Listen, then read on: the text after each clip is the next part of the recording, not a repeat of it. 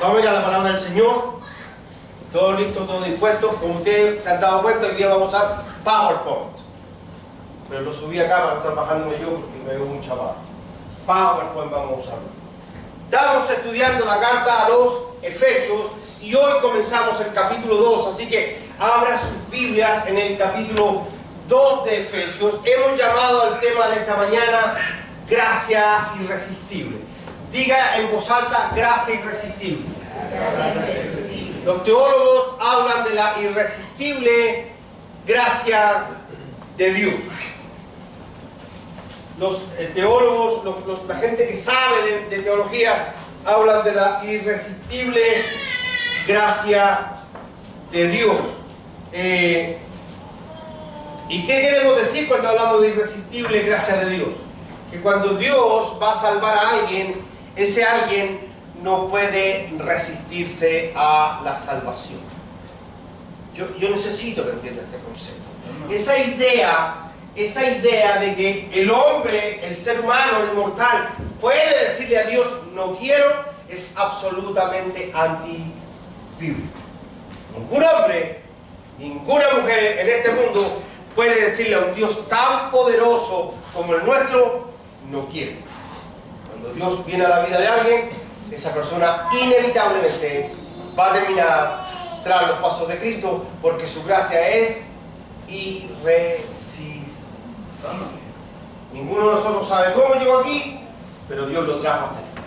Muchos de nosotros, yo me atrevo a decir la gran mayoría, hasta el último segundo de nuestra vida, decíamos, nunca seré cristiano, yo nunca voy a entrar a una iglesia, a mí no me gusta. Y de repente nos vimos aquí y no entendíamos ni por qué estábamos aquí. Porque su gracia es irresistible. Ahora, déjenme aclarar otro punto que es bien importante.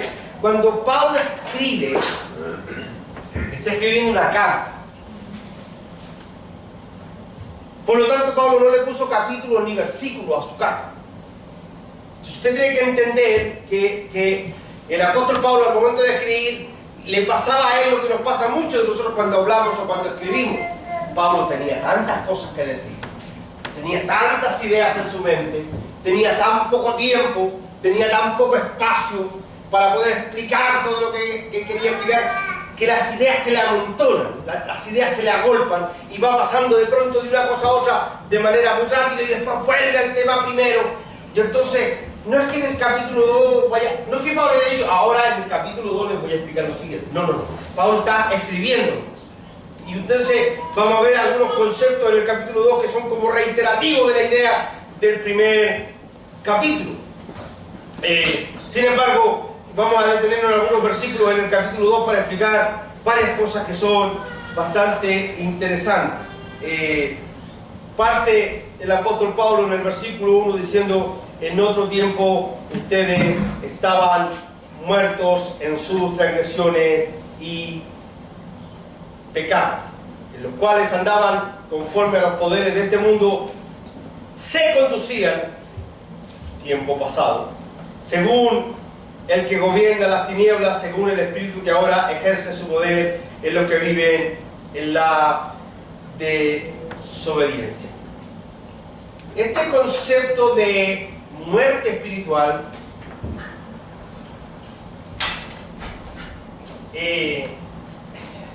hay gente que le cuesta mucho aceptarlo y hay gente cristiana que le cuesta mucho entenderlo. Y voy a explicar algo que tiene que ver con filosofía. Hace muchos años atrás, entró al cristianismo el humanismo. El humanismo es una filosofía establecida en la que, básicamente, dicho de manera muy torpe, muy simple, no soy un experto en filosofía, el humanismo intenta poner al hombre a la altura de Dios. El humanismo trata de explicar, dicho de alguna manera simple, de que el hombre no es tan malo y Dios no es tan bueno. El humanismo trata de explicar de alguna forma de que el hombre es, en el fondo el hombre es bueno, la mujer es buena, lo que pasa es que el ambiente social en el que nos rodeamos es malo, por eso que el hombre hace cosas malas. El hace muchos años. De hecho, las bases de la doctrina comunista en el mundo tienen como fundamento el humanismo. Marx y Lenin enseñaban que si la sociedad cambia, el hombre será mejor. Que si hacemos plazas, lugares de juego para los niños, y si todos ganaran lo mismo y no hubieran ricos y pobres, entonces el hombre sería bueno. La verdad que se ha comprobado que no importa el ambiente social en el que vivas, el hombre es malo por naturaleza. Entonces, no es el ambiente social el que crea al hombre, sino es el hombre el que crea su propio ambiente social. Por eso que hoy día tenemos gente justificando la maldad. Mi hijo no robaría si tuviera trabajo. Señora, su hijo roba porque es ladrón. Ya, porque los pobres no robamos. Nos vemos cómo nos arreglamos para conseguir el pan para nuestra familia, pero los pobres no tienen que robar porque son pobres. Los que roban no son pobres, son ladrones, simplemente. Porque los ricos también roban. El humanismo ha entrado a la iglesia cristiana, ha entrado de alguna u otra forma al mensaje teológico y ha distorsionado muy suavemente, se ha ido metiendo a tal punto que ha ido distorsionando la verdad bíblica. Y entonces, al ingresar la filosofía humanista a la iglesia, llegamos a entender de que el hombre en el huerto del Edén no pecó tanto. Y Dios no se enojó tanto. Y esa famosa muerte espiritual, bueno, es más que nada una amenaza. Cuando Dios le dice, si comes del fruto morirá. Sí, pero no murió.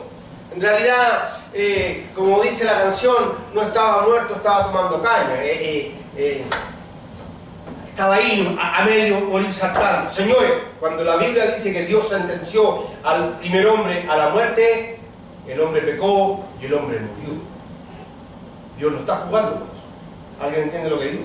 Amén. No es relativo. No es relativo. Ahora, alguien me dice, pero cuando Adán pecó, siguió vivo físicamente, pero no espiritualmente. Del momento que Adán peca, se separa del dador de la vida, se separa de Dios y entonces muere espiritualmente. Y el problema, señores, radica que cuando Adán muere, todos los seres humanos nacemos espiritualmente muertos. Déjenme usar PowerPoint para explicarle esto porque esto se va a poner interesante. Déjenme usar PowerPoint. Vamos a figurar. Yo no sé si este lápiz escribe bien. ¿Se ve el círculo? Sí. Los que ven el círculo digan amén. Amén. No, pasar si estoy acá. Digamos que en ese círculo está encerrada toda la humanidad desde Adán en adelante. Desde Adán en adelante, toda la raza humana está encerrada en ese círculo. En ese círculo, los que están allí, los que nacen después de Adán, hasta que Cristo vuelva, nacen espiritualmente muertos. El problema que tenemos con esto es que nos confundimos, y lo voy a explicar tantas veces como sea necesario, que aunque Juan, que está acá, y Pedro, que está acá, están los dos muertos espiritualmente, entre ellos hay una forma de medir su conducta que se llama moral o moralidad. Entonces decimos, Juan es más malo que Pedro. Juan es más malo que Pedro. Y hay gente que me ha dicho, pero yo no soy malo. No, si no es malo, comparado con Pedro.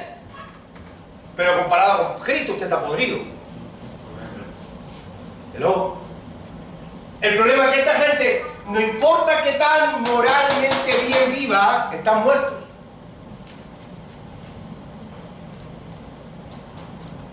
Muertos. Pablo dice en el capítulo 2 de Efesios, porque vosotros en otro tiempo estabais muertos. Diga muerto. Muerto. Diga, ya estaba muerto. No dígalo con ganas, yo estaba muerto. No, usted tiene que creerlo. Estaba muerto, espiritualmente muerto. Entonces lo que hace Dios en su soberanía y en su maravillosa bondad es que en medio de este mundo de muertos, Dios establece un reino. En medio de la oscuridad y la muerte de este mundo, Dios establece un reino que se conoce como el reino de Cristo. Reino de Cristo, o reino de los cielos, o reino de luz. reino de vida. ¿Me está siguiendo? Por eso que Jesús, cuando habla con los discípulos y les dice, ustedes están en el mundo, pero no son del mundo. Nosotros comemos como los mundanos, trabajamos como los mundanos, vivimos como los mundanos, nos vestimos como los mundanos, pero no somos de ellos. Porque ahora pertenecemos al reino de la luz. ¿Cuántos pertenecen a Cristo? Amén. Amén. Oh, yo creo que vaya entendiendo la idea. Por eso que el apóstol Pablo en el capítulo 2 de Efesios dice, en otro tiempo ustedes estaban muertos. Ahora, ¿qué dice la Biblia respecto a esta muerte espiritual? Vaya conmigo a Romanos capítulo 5, por favor. Busca un poquito ahí en Romanos, le quiero mostrar algo para que vea que lo que estamos enseñando es absolutamente bíblico. Romanos capítulo 5, por favor.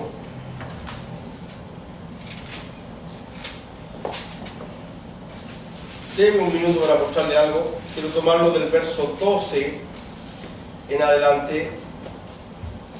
Romanos 5:12, ¿lo tenemos? Ah, está en pantalla, gloria a Dios. Por medio de un solo hombre el pecado entró en el mundo. ¿Qué hombre? Adán.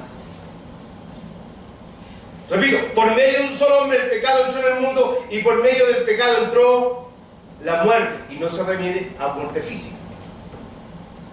Fue así como la muerte pasó a toda la humanidad porque todos pecaron en Adán. De eso está hablando.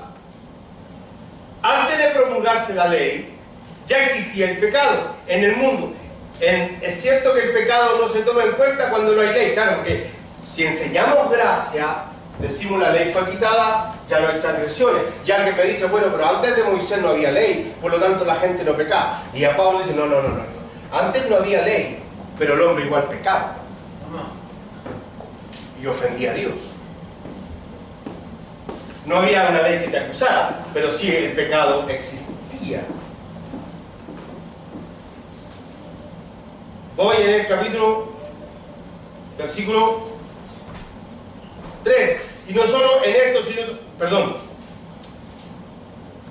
14. Sin embargo, desde Adán hasta Moisés, la muerte reinó incluso sobre los que no pecaron, quebrantando un mandamiento, como lo hizo Adán, quien es figura de aquel que había de venir. Nótese, Adán es la figura de un segundo Adán, y ese segundo Adán es Cristo. El primer Adán falló, el segundo Adán no falló. El primer Adán pecó, el segundo Adán no pecó. 15.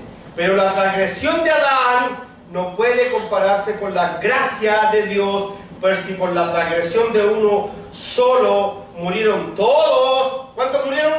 Todos. No, si no están muertos. ¿Qué es lo que dice el humanismo? El hombre no es tan malo. Y como el hombre no es tan malo y tiene bondad en su corazón, en algún momento el hombre puede arrepentirse, venir a buscar a Dios y salvarse. No puede. ¿Por qué no puede? Porque está muerto. Ningún hombre puede venir al reino de la luz, ningún hombre puede venir al reino de Cristo por voluntad propia. No puede. Está muerto. ¿Me sigue con la idea? Oh, qué bueno que me sigue. Yo me alegro tanto cuando usted está teniendo toda la palabra. Vuelva al capítulo 2 de Efesios. A través de Adán, del pecado de Adán, pasó la muerte espiritual a todos los hombres. Entonces, ¿qué dice el humanismo? El hombre no es tan malo. ¿Qué dice la Biblia? Dice Génesis, por allá por el capítulo 6, versículo 5, que el hombre tiene una constante tendencia al mal. Una constante tendencia al mal. El hombre no busca a Dios. El hombre puede buscar una religión que calme su conciencia. El hombre puede buscar un estilo de vida que lo tranquilice desde el punto de vista moral, pero no va a encontrar a Dios hasta que Dios lo encuentre a él. Amen. Es Dios el que tiene que encontrarme a mí para que yo venga a la vida. Mira lo que dice el Evangelio según San Juan. Voy a ir un momentito allí al Evangelio según San Juan, mi hermano querido, en el capítulo 1. Oh, esto se está poniendo interesante. Esto se está poniendo interesante. San Juan, capítulo 1, verso 4.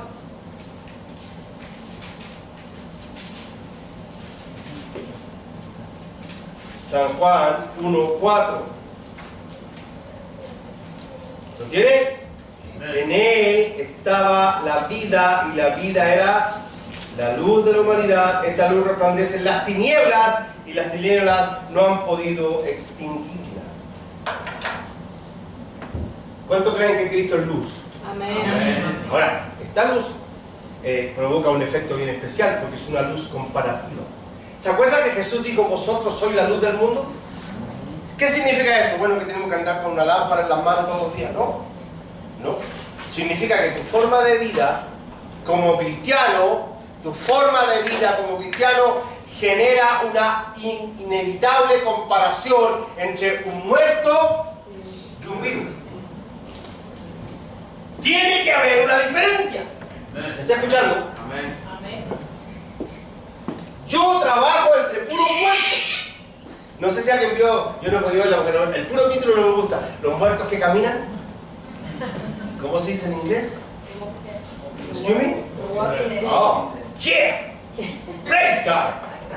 Tengo una iglesia bilingüe. Bueno, yo trabajo entre muertos que caminan. Ellos compran, ellos venden, ellos se casan, celebran cumpleaños, se emborrachan, se compran ropa, van al mall, pero están muertos. No lo saben, están muertos. Ahora, tiene que notarse la diferencia entre esos muertos y yo, porque se supone que Dios me trajo a la vida. Amén. Que yo soy luz. Entonces, si yo actúo como ellos, posiblemente sea porque aunque yo crea que estoy vivo, sigo muerto. Amén. Yo sé que no le va a gustar, pero escúcheme. Yo no puedo negar lo que la palabra de Dios dice. Escúcheme. Inclusive